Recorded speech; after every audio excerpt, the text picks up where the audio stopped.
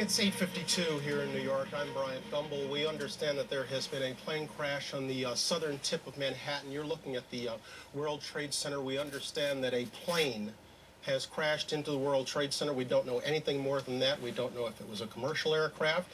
We don't know if it was a private aircraft. We have no idea how many were on board or what the extent of the injuries are right now.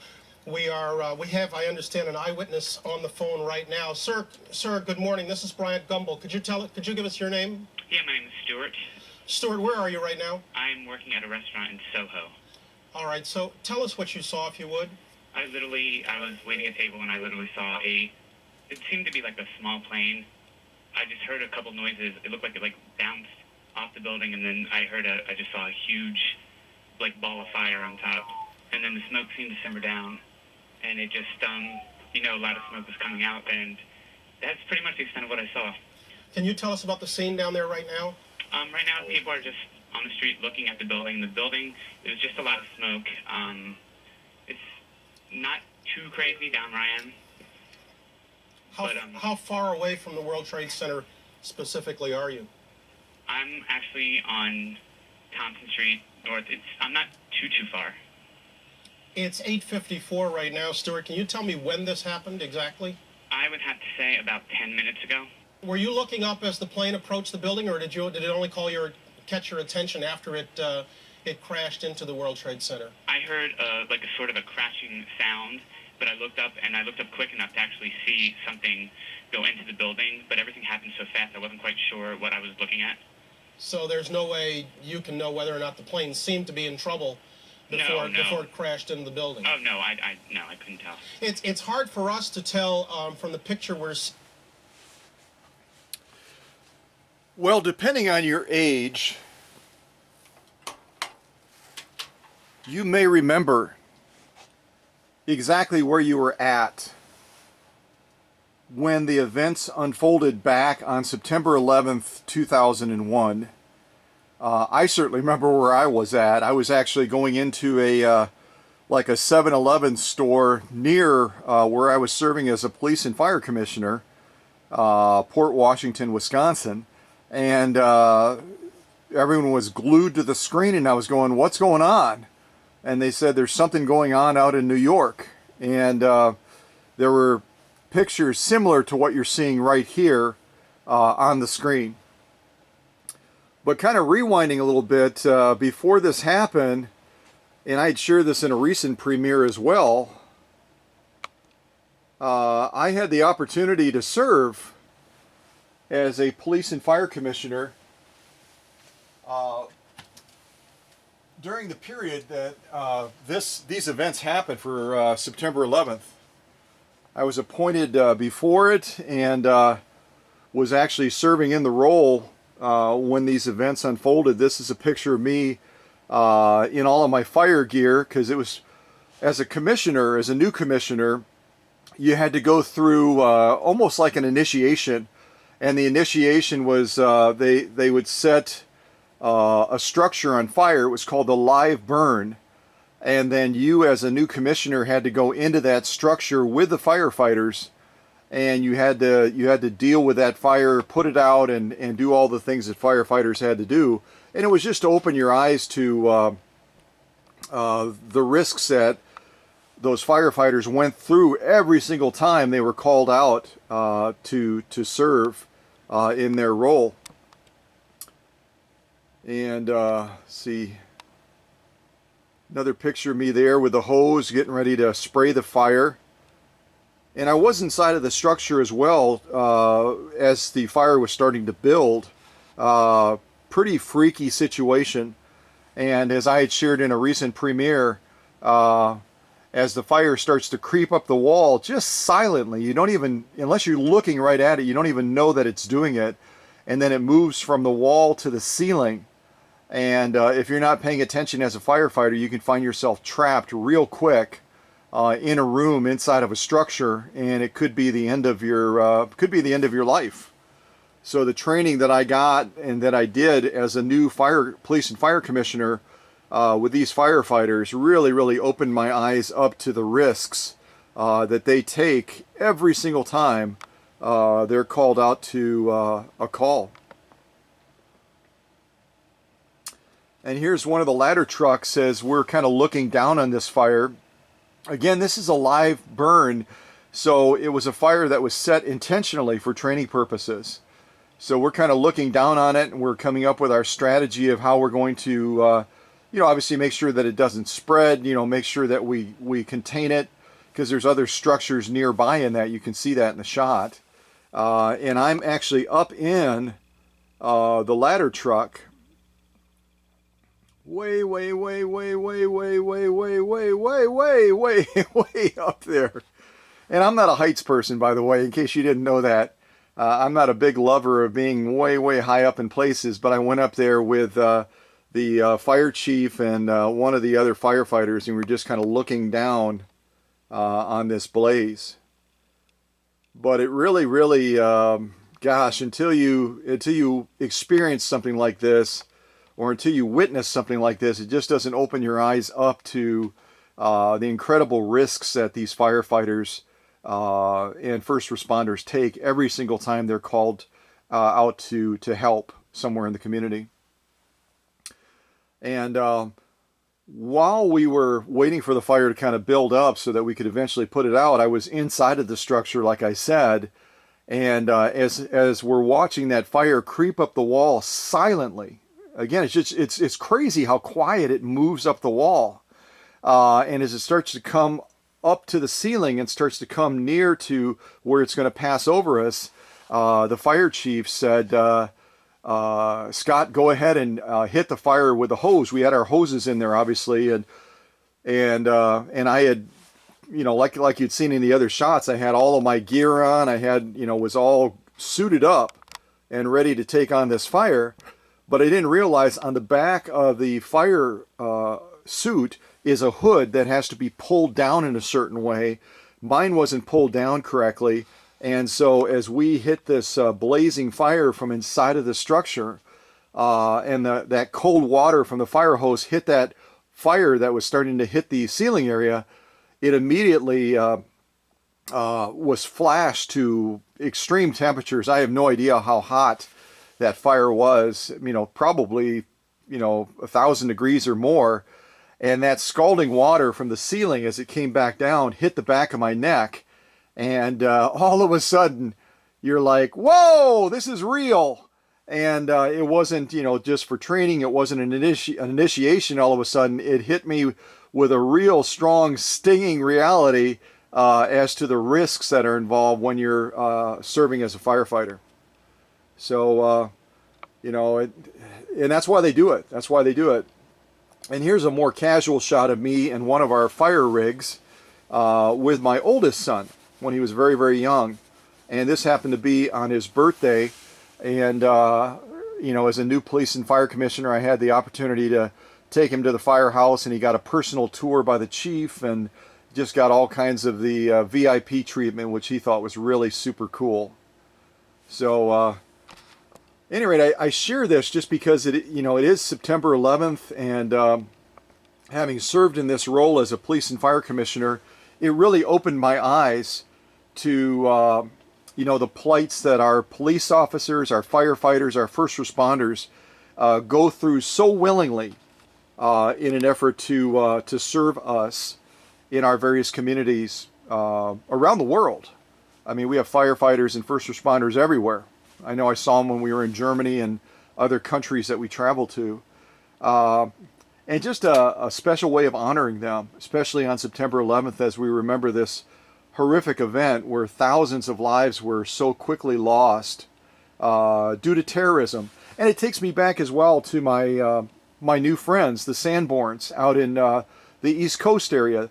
Mike again served as a FBI agent. His wife now serves as the second in command at the FBI and is the deputy director of fighting terrorism.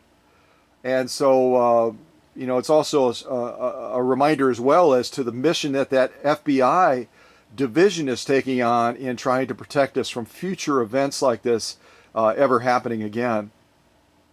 But when I was appointed to this role and these events then unfolded very unexpectedly, I decided that as a police and fire commissioner, as a representative of the community that I was a part of, that I wanted to, only days after these events happened, it was probably within a week or so after September 11th, somewhere in that time frame, that I decided to jump on a plane and travel out to New York.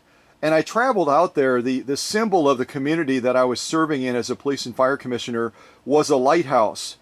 So I literally, in a matter of hours, I packed up a duffel bag full of lighthouses that I bought at the Dollar Tree. You know, they weren't expensive, rare lighthouses, but they were really pretty. And so I loaded them all in the bag. I kind of padded them to protect them. And of all things, I jumped on an airplane to travel out to New York to try to show my support and my solidarity as I traveled around the city, meeting people, people that were, you know, police officers, people that were firefighters, people that were part of border protection, and just a wide variety of different roles. And also went down to Ground Zero as well, and met a number of people that you know were still looking for loved ones. Were still hopeful that they would find them alive, and all of the posters that they would put up, pictures of individuals that were missing. It just really, you know, all the stuff that we saw on the news, like that clip that opened this premiere, this was so much more real being down there, and you could smell the smell in the air of the burnt, bent, you know, metal, and just all the reality of this was a real event that really happened, and it just really it opened my eyes, and so I'll share some of those pictures with you as well on this September 11th, almost 2 decades after the events happened.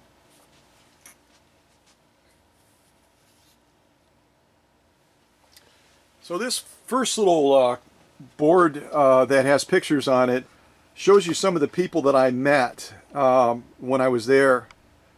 This particular gentleman, who initially was a little bit guarded, a little bit nervous about, okay, who are you and why are you here? I mean, these events had just happened, and they were still very much, you know, their nerves were raw as they were, you know, remembering the events that just happened about a week earlier, where all of these horrible things happened. And this particular gentleman, again, works with, I believe it's Border Patrol or something like that. And I presented him with one of my lighthouses. And you can see in the back here, they already have on this little board, they have a thank you posted of all of the people around the world that reached out to New Yorkers to show, you know, compassion, to show love, to show kindness to them. It's another really neat lady that I met, a New Yorker that was somehow working with the police department, and I believe was helping with traffic. And I just happened to be walking down the street, and I saw her. She had well, you can see her smile. I mean, she's got a smile that lights up the world.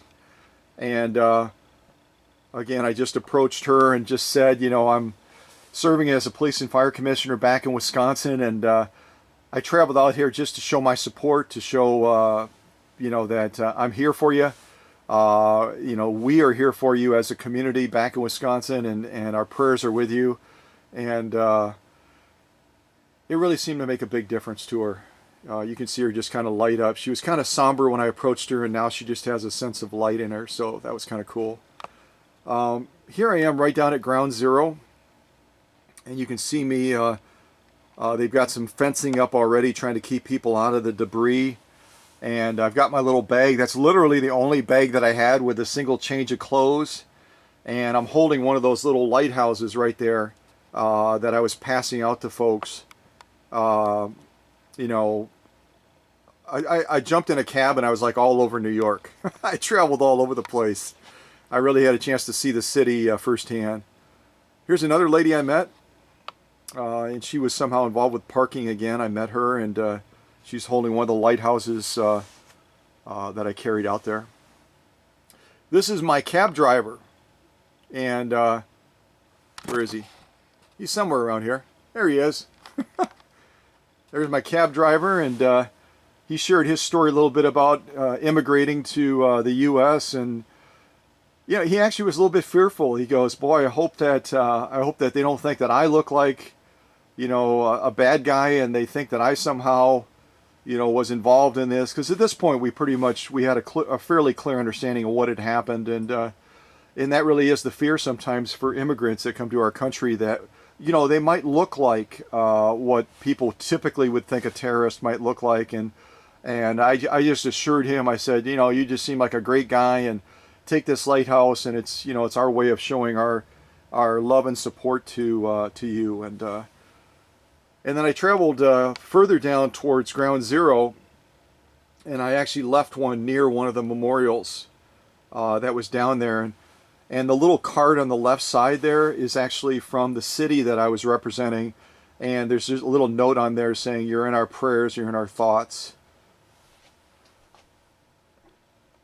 There's another shot of it down here. You can kind of see the stationery of the harbor community that we were part of. Here's one of the boards where family members and loved ones had posted pictures of folks that were missing. This was just put up on this makeshift plywood wall that was part of the separation and keeping people out of the Ground Zero area. And these are some of the individuals that family and friends were hoping to still find alive. Some of them probably were found alive, others sadly perished.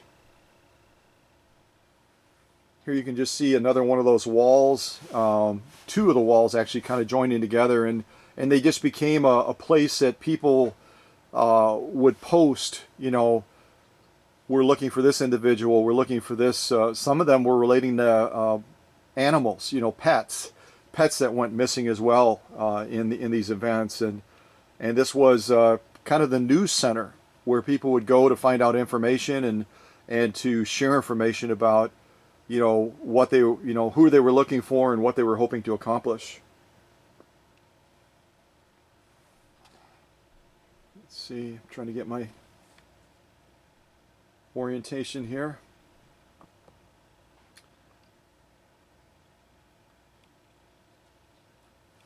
So here you can see one of the signs that's posted down near Ground Zero, and oh, that's what I was trying. That's the word I was trying to look for. Is not border control, but Port Authority. The Port Authority for New York and New Jersey, because New York and New Jersey kind of joined together, because of their proximity. But that gentleman I showed you before is works with the Port Authority. This fella, where is he? This gentleman up here. And then you can see one of the buildings that I just stood there for. It seemed like, where am I? I stood there forever, just in awe of this building. One of the buildings that was real close to Ground Zero, and you can see it's charred.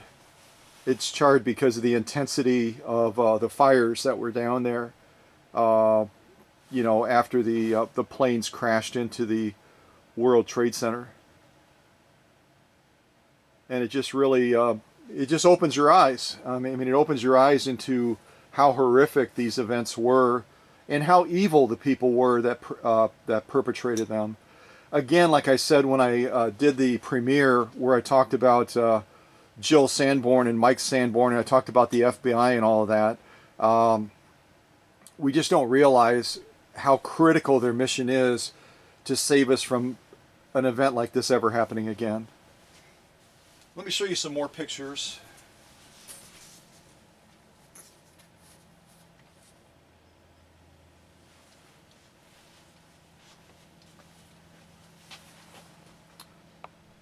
I visited some of the firehouses as well, and this is one of the plaques that they had already put up for firefighters on Engine 4 and ladder 15. You can see all of the firefighters' names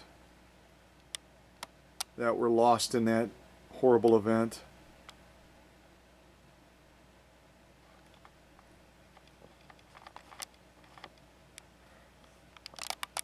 Here's a letter.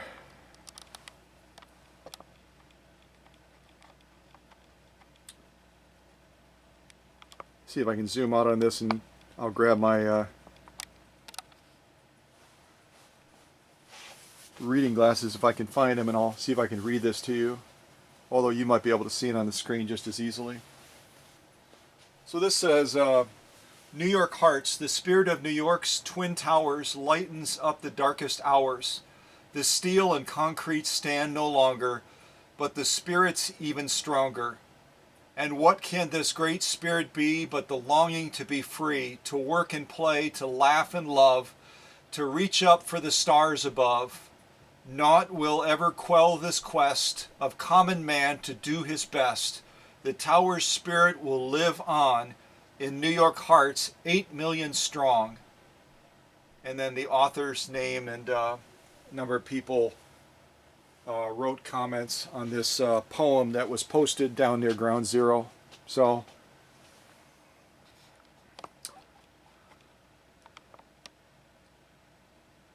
yeah, it's amazing, the spirit of New Yorkers. It really is. And I happened to come into this one. It actually, like it says, it's a New York City Police Museum exhibit. And met a number of folks that were retired policemen, including this gentleman here, and was able to give him one of the lighthouses. This gentleman here was actually a street evangelist, and he was going around trying to encourage folks and talk about his faith and share reasons for having hope after such horrible events. And this is outside one of the firehouses or police departments. I don't remember. I think it may have been outside one of the police departments. And you can see they have some of the metal there that actually came from Ground Zero out near this memoriam for these officers that died as a reminder of their sacrifice.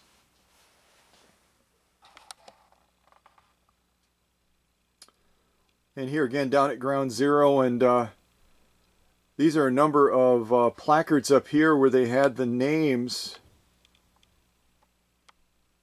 Yeah, they had the names of the victims posted. So now that I'm thinking about it, and I don't remember if I made 2 trips out there. This may have been the second trip because the first trip they wouldn't have had these ready yet. They wouldn't have had them up. So,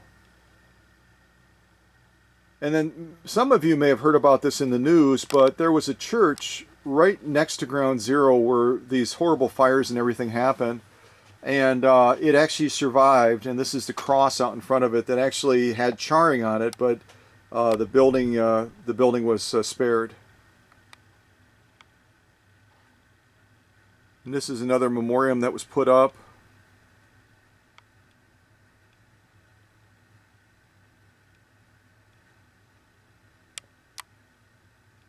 To honor those. And this is one of the firehouses I visited. Met this firefighter. Actually met him and a couple of firefighters there that were on duty, and was able to shake their hand. And there was no social distancing then, so I think I may have given one of them a hug too. But it was just... I've said this before, and I said this in the premiere where I introduced Jill and Mike Sanborn.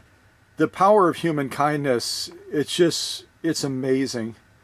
And to see some of these folks when you would walk up to them and they look weathered and worn and just exhausted.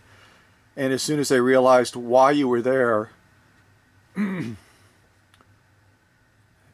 just changed them.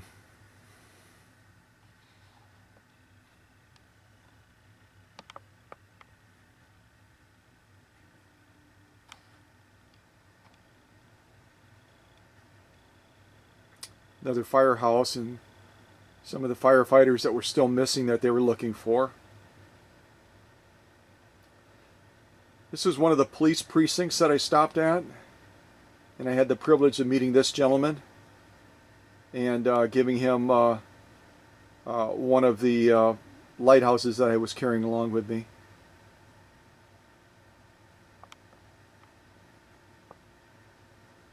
And this is a young recruit, one of the young police officers that I met when I was going around the city and meeting people there and trying to show support and encouragement.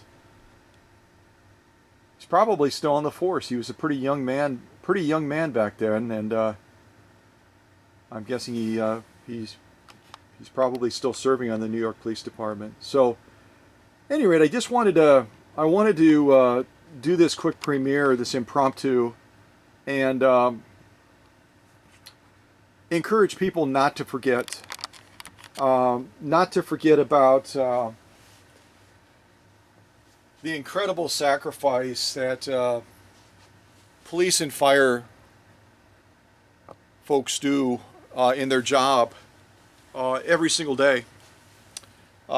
They've stepped into this role. They could have done a variety of other things with the talents that they have, and yet they've decided that they wanted to serve their communities, either as a police officer or as a firefighter or as one of the other first responders, that when the balloon goes up, they're right on the spot, ready to help and ready to use their skills to try to make the situation better.